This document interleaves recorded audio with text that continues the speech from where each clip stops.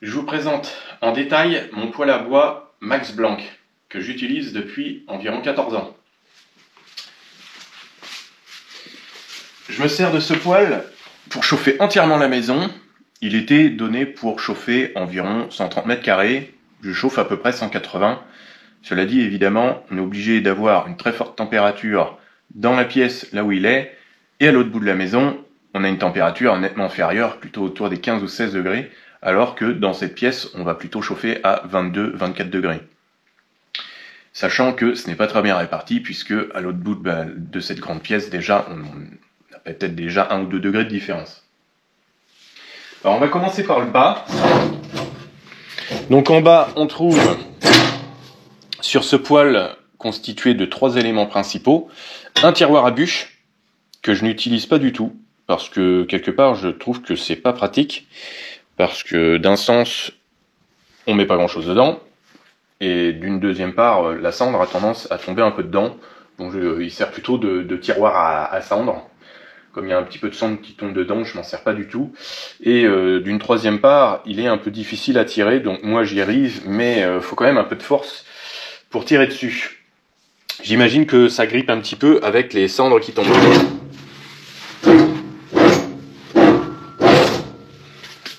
Bon, le ménage n'est pas forcément fait nickel et tous les jours, mais c'est un poêle à bois, et surtout c'est un poêle à bois qui n'est pas décoratif, puisque celui-ci sert réellement tous les jours. Alors ici, on a juste au niveau du tiroir, on a la tirette qui règle le débit d'air. Donc le système est un peu planqué dessous. Bon, on va pas aller regarder ce que ça donne. Donc là, le foyer. Donc là où on met les bûches. Le débit d'air, il arrive ici au niveau des 2 fentes. Ça joue quand même un très grand rôle. Donc c'est un foyer qui fait environ 38 ou 40 cm de largeur. Sachant que si on passe les bûches de travers, on arrive à rentrer des petites bûches de 50 ou des grosses bûches de 40 à 45 cm. Surtout que j'ai enlevé la grille. Ici, on a une petite grille que j'ai enlevée. Ça retient les braises, mais le problème, c'est que ça bride tellement pour mettre des bûches un peu trop grosses que je m'en sers pas, donc je l'ai enlevé. Donc c'est une petite grille qui fait 10 cm de hauteur. Ça fait une forme de petite griffe. Ensuite, là-haut, j'ai une pierre qui s'est fissurée, tout comme celle-ci. Donc les pierres arrivent à se fissurer.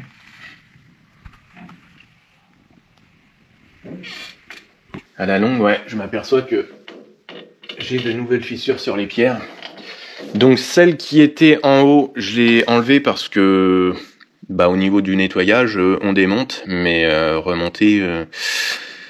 soit ça tient pas, soit ça tient pas bien. Bon, je l'ai pas remise et j'ai gagné un peu de hauteur, donc je peux passer des bûches beaucoup plus grosses. Normalement, je dois mettre des bûches de 33 voire 35 cm. Et avec cette astuce, comme j'ai enlevé la pierre du haut, j'ai gagné environ 5 cm et de travers, j'arrive à passer des bûches de 50. Si elles sont pas trop larges, bien sûr. Alors, le poêle est équipé de poignées froides. Donc poignées froides en bas et poignées froides en haut. Bon, en haut, j'imagine que ça chauffe beaucoup moins. En haut, c'est la partie four. Donc, ce poêle est équipé d'un four juste au-dessus. On a une pierre qui chauffe très très fort. Alors, pour réchauffer des plats assez rapidement, en quelques minutes, c'est chaud parce que ça chauffe très fort parce que les flammes sont juste en dessous. Ensuite, le flux d'air chaud passe vraiment dans le fond du four. Alors, il faut faire quand même attention parce que sur cette pierre blanche, ça chauffe très fort et ça chauffe très vite. Donc, on a très rapidement brûlé la nourriture. Donc, c'est pour ça qu'il faut faire quand même très attention. En principe, il ne faut pas vraiment s'en servir. Mais si on surveille bien, en 5 minutes, par exemple, on peut faire décongeler un steak haché ou quelque chose du genre. Ensuite, on a un plat à sauce. Donc, plutôt pour retenir les projections. Une grille de cuisson. Bon, on peut mettre là où on veut, mais en principe, la grille de cuisson est en haut. Au besoin, si on veut passer quelque chose d'assez haut, bon, ce que je ne mets pas dans ce four, on peut éventuellement mettre la grille ici. Le plat à sauce, éventuellement le mettre sur la pierre. On a un thermomètre pour contrôler la température. Alors la température du four est très variable. Elle peut monter assez vite et elle peut aussi descendre assez vite. Température de croisière entre 150 et 200 degrés, on va dire, si on charge assez fort le poêle. Ça grimpe facilement à 250. Exceptionnellement, on peut faire des petites pointes à 300. Et oui, c'est autorisé, hein. Au moins là, on peut se régaler. À défaut de rouler vite sur la route, on peut faire du 300 au niveau du poêle.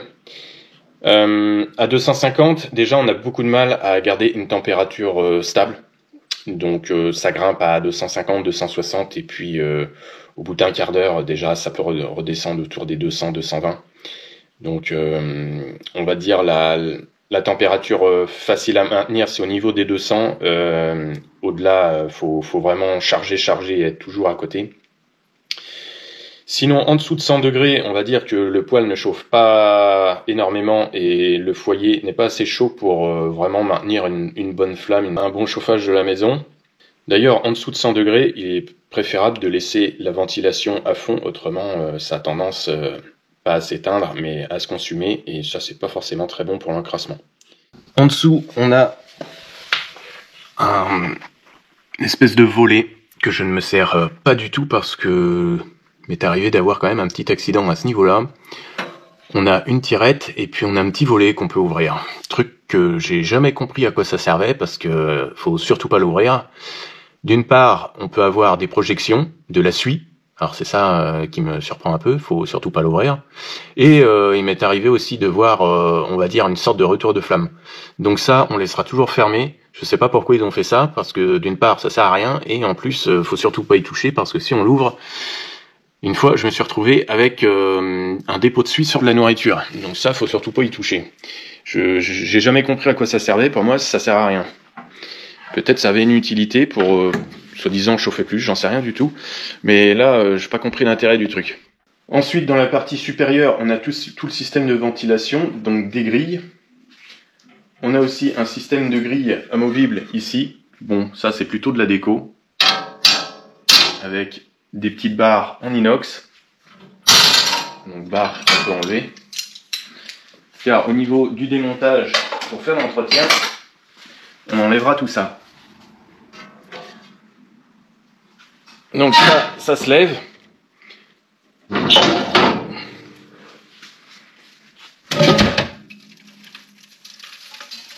Et alors, ce qui est assez pratique d'un sens, c'est qu'on peut contrôler l'encrassement du poêle alors facilement et le nettoyer un peu vite fait. En effet, on voit que on a quand même des morceaux qui tombent assez régulièrement. Quand je vois des gros blocs comme ça, je me dis que je vais peut-être quand même ramoner. Alors j'ai un tuyau qui est non coudé, donc vertical. L'avantage, c'est que c'est quand même un peu plus facile à entretenir et à démonter. Alors le démontage, je vais le faire vite fait. C'est dans l'ensemble assez simple.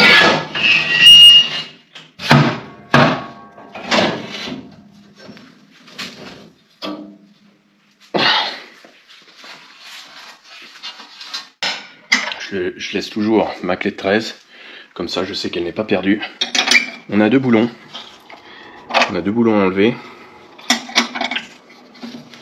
On ne peut pas enlever le tuyau sans démonter ce raccord. Sous ce raccord, on a un joint. Un joint que j'ai abîmé ou qui s'est déchiré quand même un peu facilement, mais bon, j'essaie de le repositionner assez vite. Alors la sortie du conduit, donc ici, il faut quand même surveiller assez souvent. Je ne sais pas si tous les poêles c'est exactement la même chose, mais sur celui-ci, il faut vraiment surveiller au minimum une fois par mois parce que ça se remplit assez vite. Donc je vide assez souvent. Quand c'est ramoné, ça tient quelques semaines et ensuite ça s'encrasse assez vite.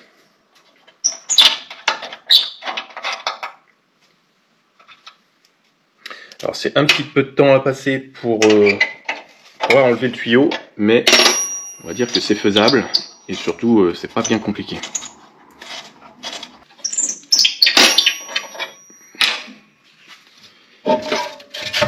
on lève le tuyau, on enlève le raccord. On a un joint qui n'a pas vécu très longtemps, il a cassé assez rapidement. Je dirais que c'est assez fragile. Ouais. Et je vois même qu'il est en train de un petit peu d'abandonner. J'imagine que neuf c'est très solide et puis bah là, limite, on a l'impression qu'il va se déchirer en morceaux.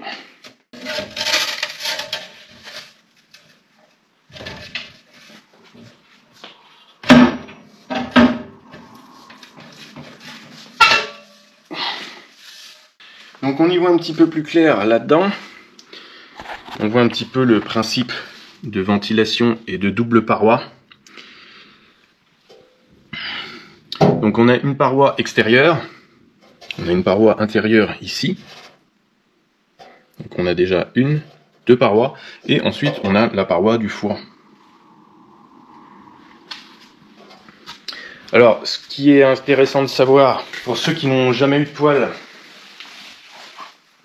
la partie vraiment chaude bouillante, donc vraiment devant le foyer, la vitre, évidemment toute la porte, sauf la poignée.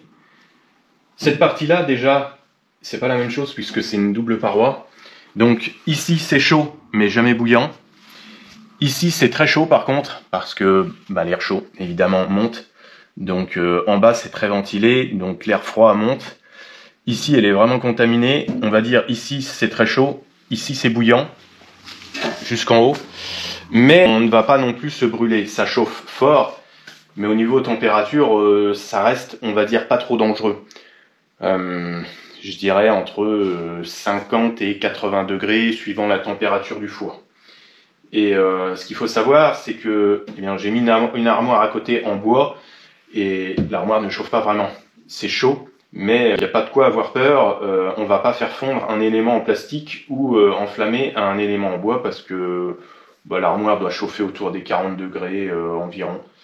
Donc le bois a un petit peu travaillé, mais c'est une vieille armoire et elle était déjà craquée. Alors l'armoire, à quoi elle sert? Elle n'est pas là pour décorer. Elle me sert de réserve de bois. Donc voilà une idée d'utilisation de ce genre d'armoire. Quand on a une vieille armoire, parce que je ne savais pas quoi en faire, c'est un héritage, eh bien je m'en sers pour cacher tout mon bois, sachant qu'elle contient quasiment un stère, parce que 1 mètre de hauteur, ça fait environ un demi-stère, et une fois qu'elle est vraiment pleine à craquer, on a, allez, on va dire 1,8 mètres, bon, j'exagère un peu, on a 1 mètre 50. On a à peu près 1,50 m de hauteur, donc la largeur elle fait un peu plus d'1 mètre. Donc en quantité, on a près d'un stère de bois, à peu près 0,8 si on veut être précis. Bon, je pourrais empiler très haut, mais par sécurité, je dépasse pas 1,50 m. Donc j'ai gardé les tiroirs pour mettre un peu de bazar. Derrière le poêle, on a, on va dire, un mur de sécurité. Donc c'est un pare-chaleur. Donc ça fait vraiment une plaque métallique. Bon, il y en a qui mettent des décorations. On peut éventuellement, pourquoi pas, faire un plaquage avec des plaquettes de pierre ou autre. Bon, j'ai laissé les installateurs mettre quelque chose de simple et puis de raccord avec le poêle. Et puis en haut, on a une petite ventilation au niveau du contour du tuyau. Et ensuite, bien sûr, tout est tubé jusque là-haut, au niveau de la souche de la toiture. Ce qui est intéressant de savoir quand même, quand on ne s'est jamais chauffé avec du bois, c'est qu'il y a tout de même quelques petits inconvénients, voire beaucoup. Alors d'une part, ça prend du temps, même si le bois on l'achète, ça prend du temps. Faut quand même le trimballer à droite à gauche, il y a beaucoup de manutention. Ensuite, ça rattire un petit peu des insectes, des araignées. Le poêle dégage pas mal de fumée quand on ouvre la porte et dans ces fumées, il y a des petites particules de cendre. Donc toutes ces petites particules de cendre ont tendance à se redéposer un peu partout autour du poêle. Donc ça crée une petite source de poussière supplémentaire. Ensuite, au niveau température, c'est pas très homogène dans la maison. À côté du poêle, il fait très chaud, c'est très agréable.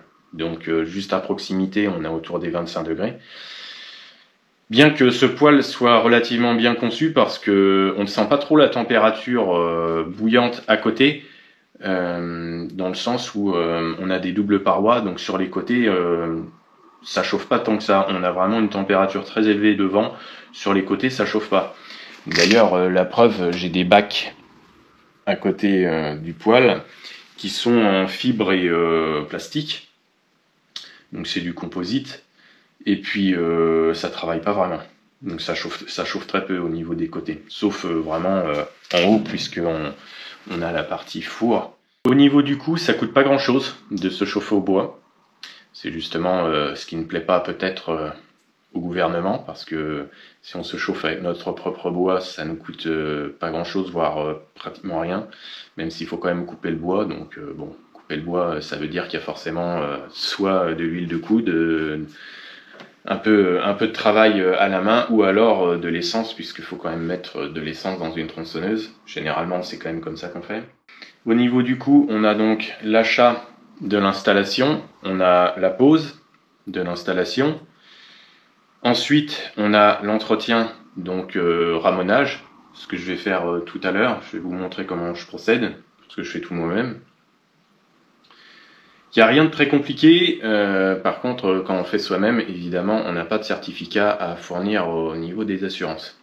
Pour le moment, en petite frayeur avec ce poêle, il m'est arrivé une fois d'avoir peur, mais bon, apparemment c'était, on va dire c'était la période de rodage, je ne connaissais pas le poêle, et c'était au tout début, donc la première année, et le tuyau était, je pense, un peu encrassé, et juste au niveau de la sortie, donc ici. Donc à partir du raccord, j'imagine, et les premiers centimètres du tuyau, eh bien ça devait être tellement encrassé et tellement sale que ça s'est enflammé à l'intérieur.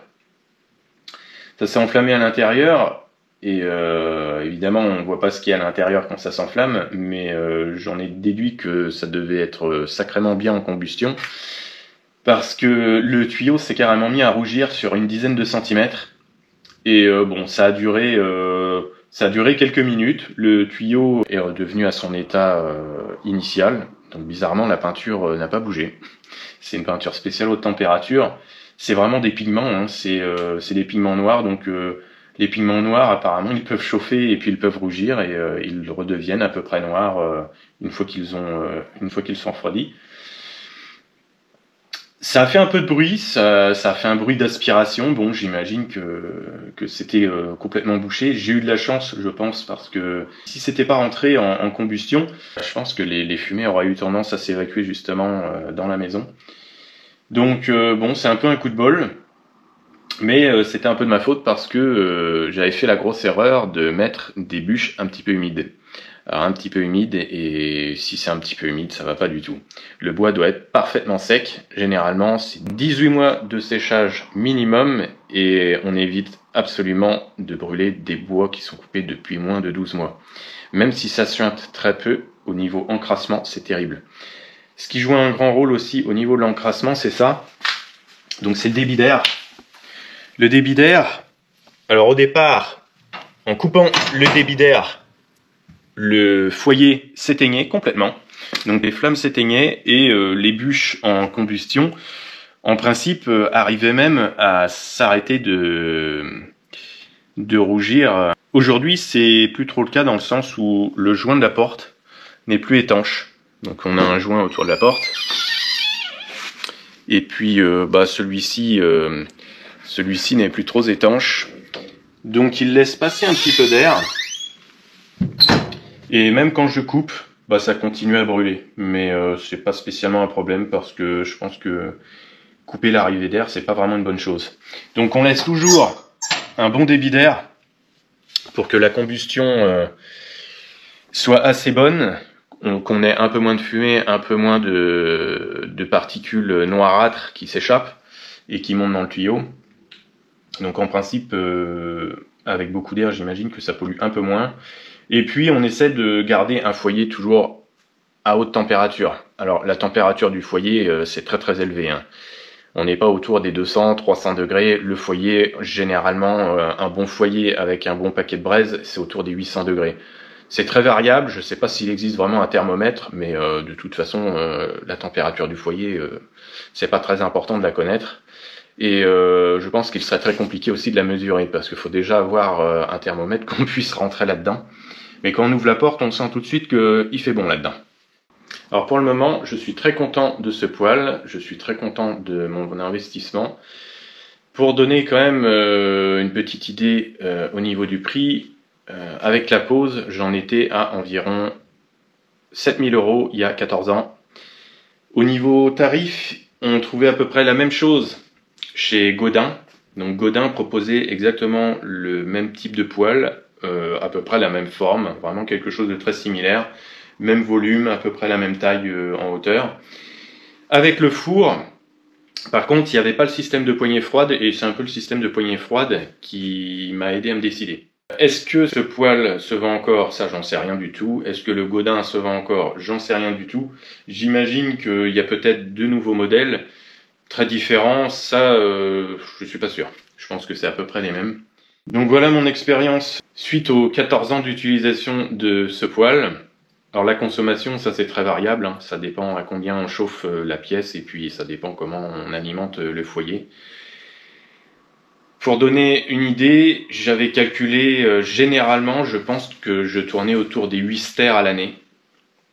Si on chauffe à peu près 6 ou 7 mois, comme maintenant on a tendance à chauffer plutôt 7, 8, voire presque 9 mois, il est évident qu'on va plutôt s'approcher autour des 10 stères par an. Alors tout dépend de l'essence qu'on va mettre là-dedans. Alors l'essence, je parle pas du carburant, mais de l'essence de bois. Donc suivant les essences d'arbres, on va pouvoir diviser par deux la consommation du bois. Par exemple, si on brûle beaucoup de peupliers, de tilleuls par exemple, on va consommer beaucoup de bois. Et si on brûle des bois très denses, donc de bonne qualité, donc on a de l'aubépine, on a le hêtre, on a le frêne, donc ça c'est vraiment des très bons bois. Là on peut quasiment diviser par deux. Les bois qui brûlent très vite, comme le tilleul, c'est bien pour allumer. Après en chauffage, c'est pas terrible parce qu'on consomme énormément. Et le petit souci, c'est que le volume de cendres grimpe très vite dans le foyer. Donc c'est un deuxième inconvénient puisqu'il faut vider très souvent le foyer, ce qui veut dire qu'on est quand même quelques heures sans chauffage. Bon, en général, on videra le matin après la nuit, à 7 h le matin, on n'a plus trop de braise, et puis c'est là qu'on peut à peu près vider tranquillement. Mais il faut faire attention quand même, parce que quand on vide les cendres, on a souvent des petites braises. Alors attention, où est-ce qu'on met les braises? On ne va pas s'amuser à mettre ça dans une poubelle en plastique ou dans un récipient qui peut prendre feu. On mettra ça dans un seau métallique de préférence.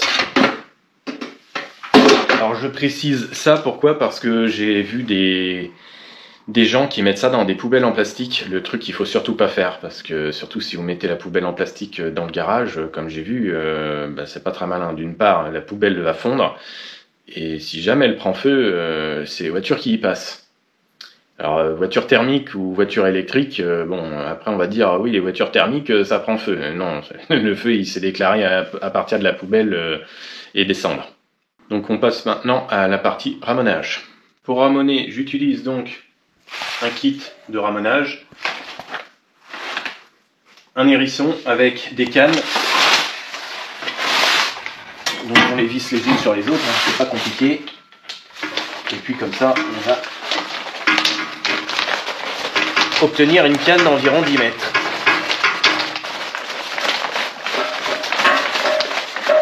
Voilà. Alors moi ce que je fais, c'est que je me raccorde l'hérisson à un entonnoir que j'ai raccordé à l'aspirateur, et au fur et à mesure que je ramone, j'aspire et tout tombe là-dedans et hop, dans l'aspirateur. Donc ça reste à peu près propre. Et j'utilise bien sûr une chaise dédiée au ramonage, parce que comme il y a un peu de poussière, donc j'utilise une vieille chaise, mais une vieille chaise assez solide quand même. J'ai pas envie de me retrouver par terre.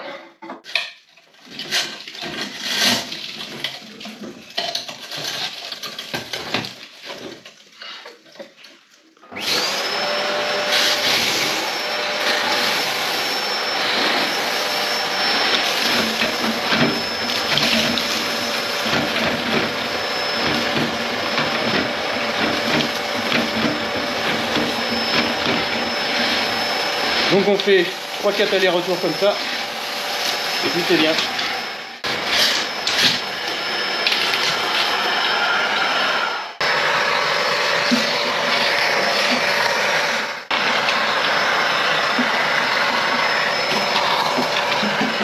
Au montage, on met le tuyau.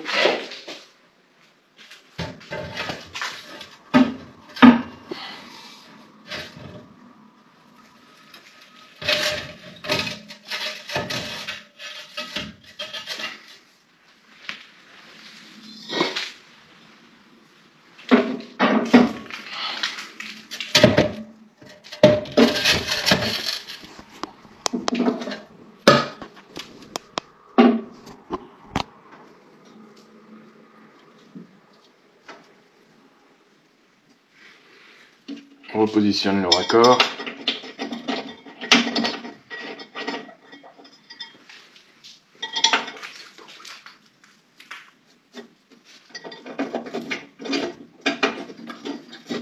On reboulonne.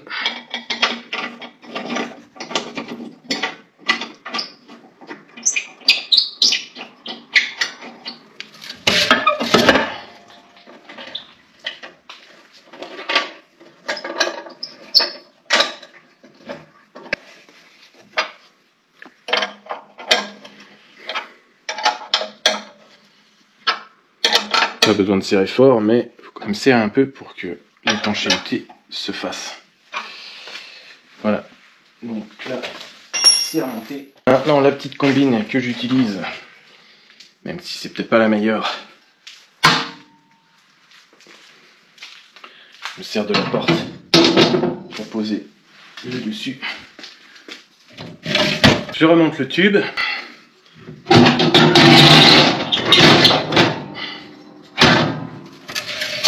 Je rebaisse le tuyau. Et c'est à peu près fini. Les petites grilles en inox. Composées de tiges.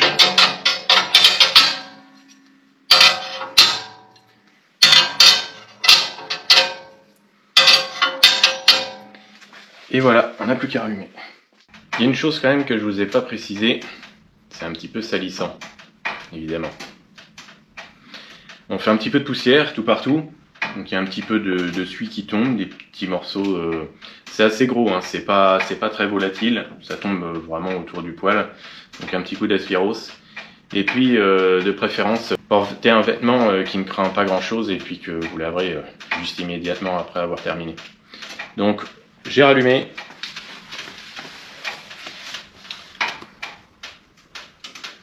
On voit la température qui monte, c'est déjà monté à plus de 40, là on atteint le 50.